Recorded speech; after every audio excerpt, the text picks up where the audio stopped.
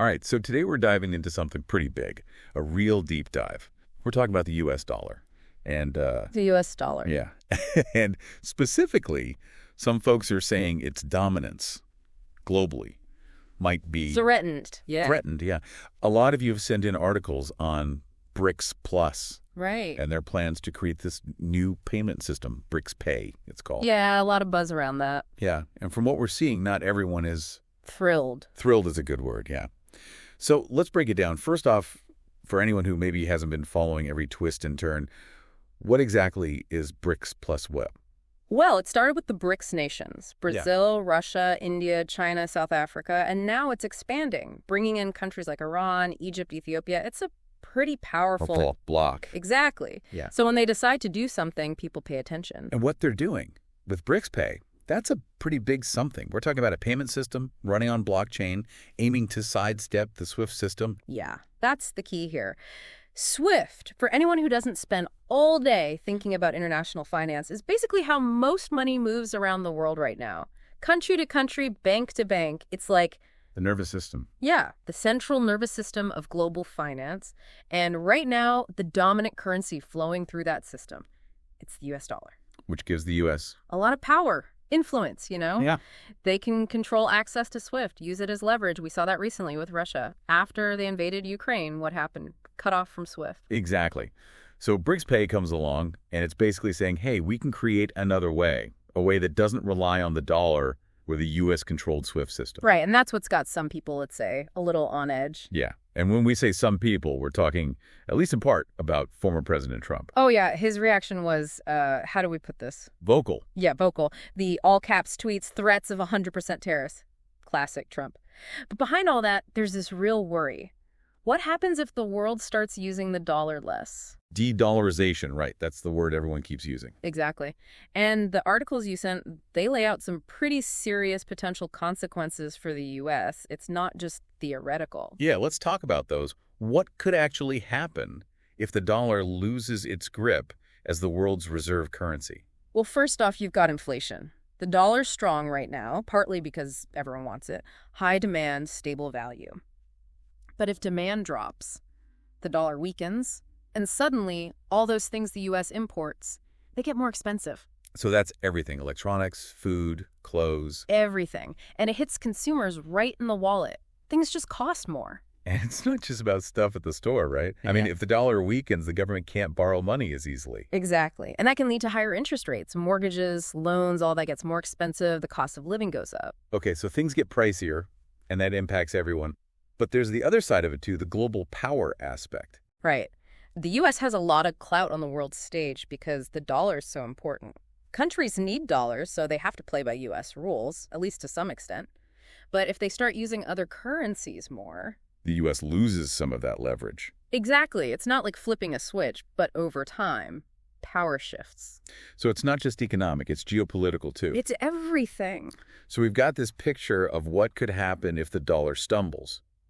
But the way Trump's approaching this, the tariffs, the threats, some of these articles suggest that might actually make things worse. Yeah, that's an interesting point, because if you're a country and you're thinking about maybe joining BRICS Plus SEB and you see the U.S. getting all aggressive, doesn't that kind of push you away? It's like saying, all right, if you don't want to play ball, we'll find someone else who does. Right. And that's where this whole thing could backfire on the U.S. Instead of trying to force BRICS Plus into line, maybe a smarter move would be to talk, understand their concerns, maybe even find ways to work together. Play the long game instead of swinging for the fences right away. But even if BRICS Pay takes off, even if countries start using it, these articles point out some pretty big hurdles they have to overcome. Oh, for sure. I mean, building a global payment system, that's not easy. That's not easy at all. No. And it's not just about the tech, although that's a big part of it. You need the whole infrastructure, the rules, the regulations, and most importantly, trust.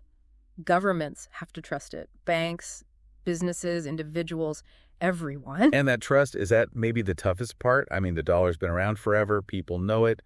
They, for the most part, trust it. BRICS Pay is starting from scratch. From scratch, and they're going up against a system, SWIFT, that's already huge. People tend to stick with what they know, especially when we're talking about money.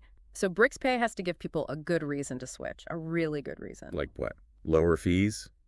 Faster transactions? Yeah, maybe. But it's more than that. They need a story, a narrative that makes people believe in BRICS Pay, not just as a way to send money, but as something bigger. So then you've got the whole geopolitical angle too, which these articles really get into. Because who's leading the charge on BRICS Pay? Russia and China. And for a lot of countries, that raises some red flags. Oh, yeah, the optics aren't great. Can BRICS Pay really be neutral if it's seen as being run by or even just heavily influenced by Russia and China? A lot of countries are going to be hesitant about that, especially after what's happened in Ukraine. Yeah, it's like, if you join BRICS Pay, are you picking a side? Are you signing on to their agenda? That's a question a lot of countries are going to be asking themselves, and BRICS Plus needs to address that head on. They have to show they're committed to transparency, to fairness.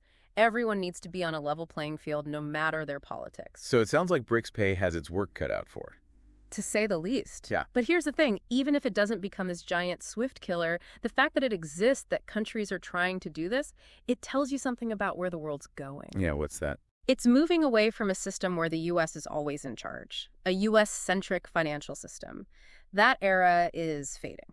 We're talking multipolarity. Multipolarity, exactly. Yeah. And that's huge. It changes everything, not just for the U.S., but for everyone. So BRICS Pay is kind of a symbol of that shift. Yeah, it's like the tip of the iceberg. But the whole iceberg is moving. All right, so we've talked about why BRICS Pay matters, the challenges, the whole idea of this shift in power. Mm-hmm. But what does it mean for us, for everyday people? Like, what could a world with a less dominant dollar actually look like? That's the big question, right? And to answer it, we need to look at the potential consequences of de-dollarization, good and bad.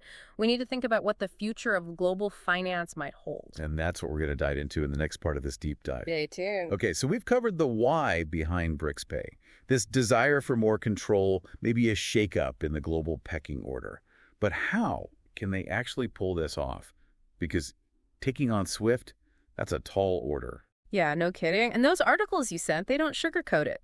There are some major roadblocks. Roadblocks. Yeah. Let's start with the tech itself. Blockchain. It's promising, sure, but it's still pretty new, especially when you're talking about a system that handles as many transactions as SWIFT. We're talking millions, maybe billions, every single day.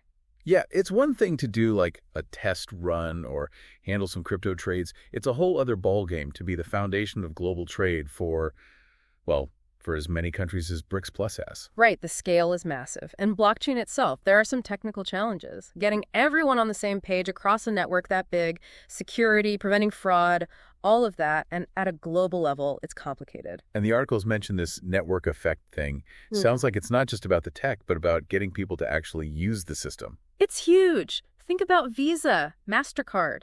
They're not just big because their tech is great. It's because they've got everyone using their cards. Merchants, shoppers, the more people use it, the more valuable it becomes. That's the network effect. So BRICS Pay needs to convince not just countries, but banks, businesses, regular people to jump on board. Exactly. A lot of convincing to do. And they're competing with SWIFT, which is already there. People don't like change, especially when it comes to money. BRICS Pay has to offer something really tempting to get people to switch. So like lower fees, Yeah. faster payments, stuff like that. Maybe. But it goes deeper than that. They need a story, a reason for people to buy in, to see BRICS Pay as something, I don't know, more meaningful. More than just moving money around. Right. And then there's that trust factor we talked about, Yeah. which seems even more important given, well, who's behind BRICS Pay, Russia and China. Not exactly confidence-inspiring for a lot of countries. Yeah, for sure. Can BRICS Pay really be neutral if it's seen as being controlled by or even just heavily influenced by those two? That's a big hurdle, especially with everything going on with Russia and Ukraine and China being, well, China. It almost feels like picking a team, right? Yeah. If you're with BRICS Pay, are you with them? That's what a lot of countries are going to be wondering. And BRICS Plus needs to be upfront about that. They have to prove they're committed to transparency, fairness. Everyone plays by the same rules, no matter who they are. So, sounds like BRICS Pay has a tough road ahead. It does. But even if it doesn't completely dethrone SWIFT, the fact that they're even trying, it tells you something's shifting. What's that? The world's not okay with the U.S. calling all the shots anymore. This U.S.-centric financial system, it's losing its grip. Like we were saying before, multipolarity. Yeah. It's not just a word, it's happening. And that has huge implications. So BRICS Pay is just one piece of that puzzle. It's a big piece, but yeah, it's part of a bigger picture. The world's changing. Okay, so we've got this shift happening.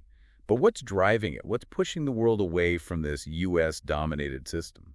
Well, a few things. For one, the balance of power is shifting. China, India, Brazil, these aren't just developing economies anymore. They're major players. And they're not content to just follow the U.S.'s lead. Like they've earned a seat at the table. Exactly. They want a say in how things work. And if the current system doesn't work for them, they're not afraid to try something new. And it's not just about power, right? It's practical, too. If you're doing most of your business with other BRICS plus countries, why should you have to go through the U.S. dollar and SWIFT every time? It adds extra costs, extra steps. And it means the U.S. can see everything you're doing, maybe even interfere, if they want to. So yeah, from a business perspective, finding a more direct way to trade makes sense. And then you've got technology, which is a huge part of this. Oh, absolutely. Digital currencies, blockchain, online payment platforms, all of this is making it easier and cheaper to move money around without needing traditional banks or SWIFT. It's like a whole new financial landscape is opening up. Kind of like what the internet did for communication. Suddenly, there are more ways to connect, more options. Exactly. And that's not going away. Even if BRICS Pay fails, the forces behind it, they're still there. Technology is changing the game. So this shift, it's not just about BRICS Pay, it's bigger than that. It is. The world is becoming multipolar, financially and politically, and that's something everyone needs to pay attention to. So we've talked about why this matters, the challenges, the big picture trends. But what does it mean for us, for everyday people? What would a world with a less dominant dollar look like day to day? That's the million-dollar question, and it's one we're going to tackle in the final part of our deep dive. We'll look at what de-dollarization could mean, the good, the bad, and explore some possible futures for global finance. So we've been talking about this potential shift in global finance with BRICS Pay and all that.